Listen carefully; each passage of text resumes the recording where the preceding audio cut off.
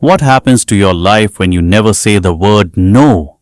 Welcome to English Listening Stories. Today you will build your English vocabulary, fix your grammar, and gain real speaking confidence through a powerful story about a man named David who lost control of his time. In this lesson, we will use the shadowing technique. First, listen to the story carefully and follow the words on the screen. Then, re-watch the video, pause after every sentence, and repeat the words out loud with your own voice. Listen very closely. When David sat in his dark office at midnight on a cold, rainy night, he found a small white card on his desk that changed how he protected his life forever. Let us begin the story. David looked at the wall clock. It was 11 o'clock at night. His head hurt terribly, and his body was deeply tired. David was still sitting at his computer desk. He was finishing work for another person. "I cannot do this anymore," David whispered into the dark room. His phone buzzed on the wooden desk. It was another message from his boss, Mr. Thomas. "Please finish this report before tomorrow morning," the message said. David felt a tight pain in his chest. He wanted to say no, but he was afraid. He always said yes to everyone. David worked at a large design company in the city. He was a kind and quiet man. He liked to help his co-workers every single day. Every morning David arrived at the office at 8 o'clock. He wanted to do his own daily tasks. But soon, people started asking him for favors. "David, can you fix my presentation?" asked Sarah. "David, can you make my copies?" asked Mark. David always smiled and said, "Yes, of course." Because he said yes to everyone, he never finished his own work on time. He worked late every single night. He missed dinners with his wife, Clara. He missed playing soccer with his young son, Leo. His family was sad, and David was exhausted. His time was slipping away like water through his fingers. One Tuesday morning, David arrived at work with a heavy heart. He drank 2 large cups of black coffee. His eyes were red from lack of sleep. He looked at his daily calendar on the wall. It was full of meetings and work for other people. He had no time for his own projects. Suddenly, his co-worker Sarah walked to his desk. She dropped a big folder on his paper stack. "David, I'm going shopping today," Sarah said with a smile. "Can you do this project for me?" she asked. David looked at the big folder. His hands began to shake under the table. He felt angry inside, but his mouth opened. "Yes, I can help you," David said quietly. Sarah smiled and walked away, without saying thank you. David sat in silence. He looked at his computer screen and felt small. He was trapped in his own kindness. He was losing his health, his peace, and his personal life. Later that afternoon, Mr. Thomas called David into his office. Mr. Thomas was a loud man who talked very fast. "David, I need you to work this weekend," Mr. Thomas said.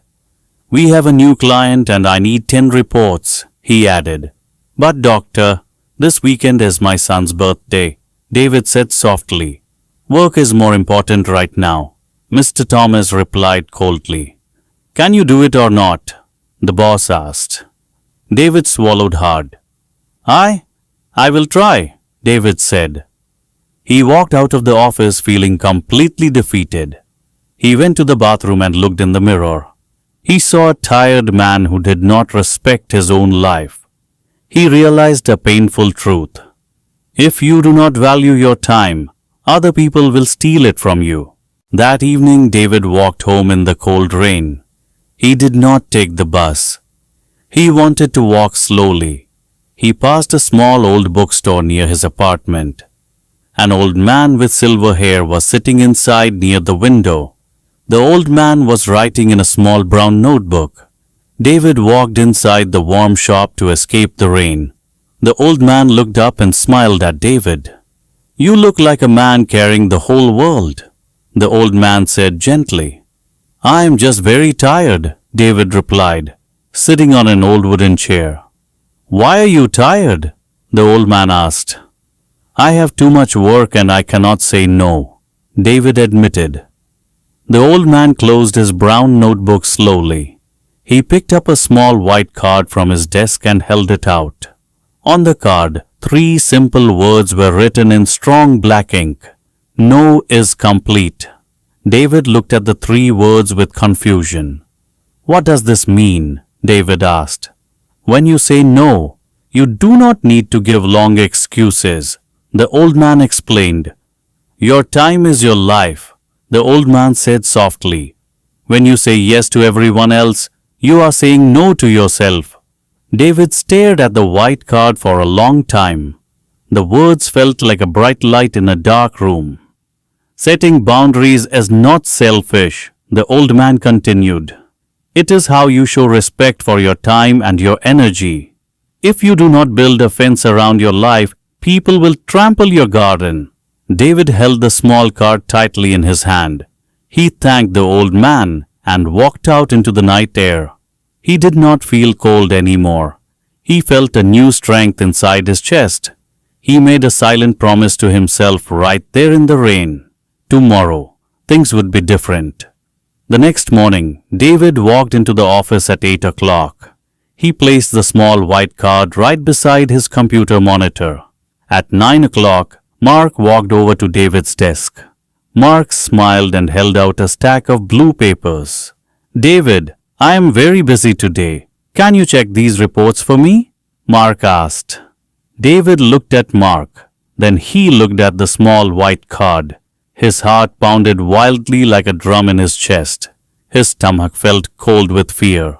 He took a deep, slow breath of air. He looked directly into Mark's eyes. "No, Mark, I cannot do that today," David said in a calm, clear voice. The room became completely quiet. Mark looked shocked. His mouth opened slightly. "Why not? It will only take 1 hour," Mark said, pushing the papers closer. "I am focusing on my own projects today," David replied politely. "I hope you find time to finish them." Mark stood still for 3 seconds. Then he took his papers back. "Okay, I understand," Mark said, and he walked back to his own desk. David sat back in his chair. His hands were still shaking, but a wave of relief washed over his body.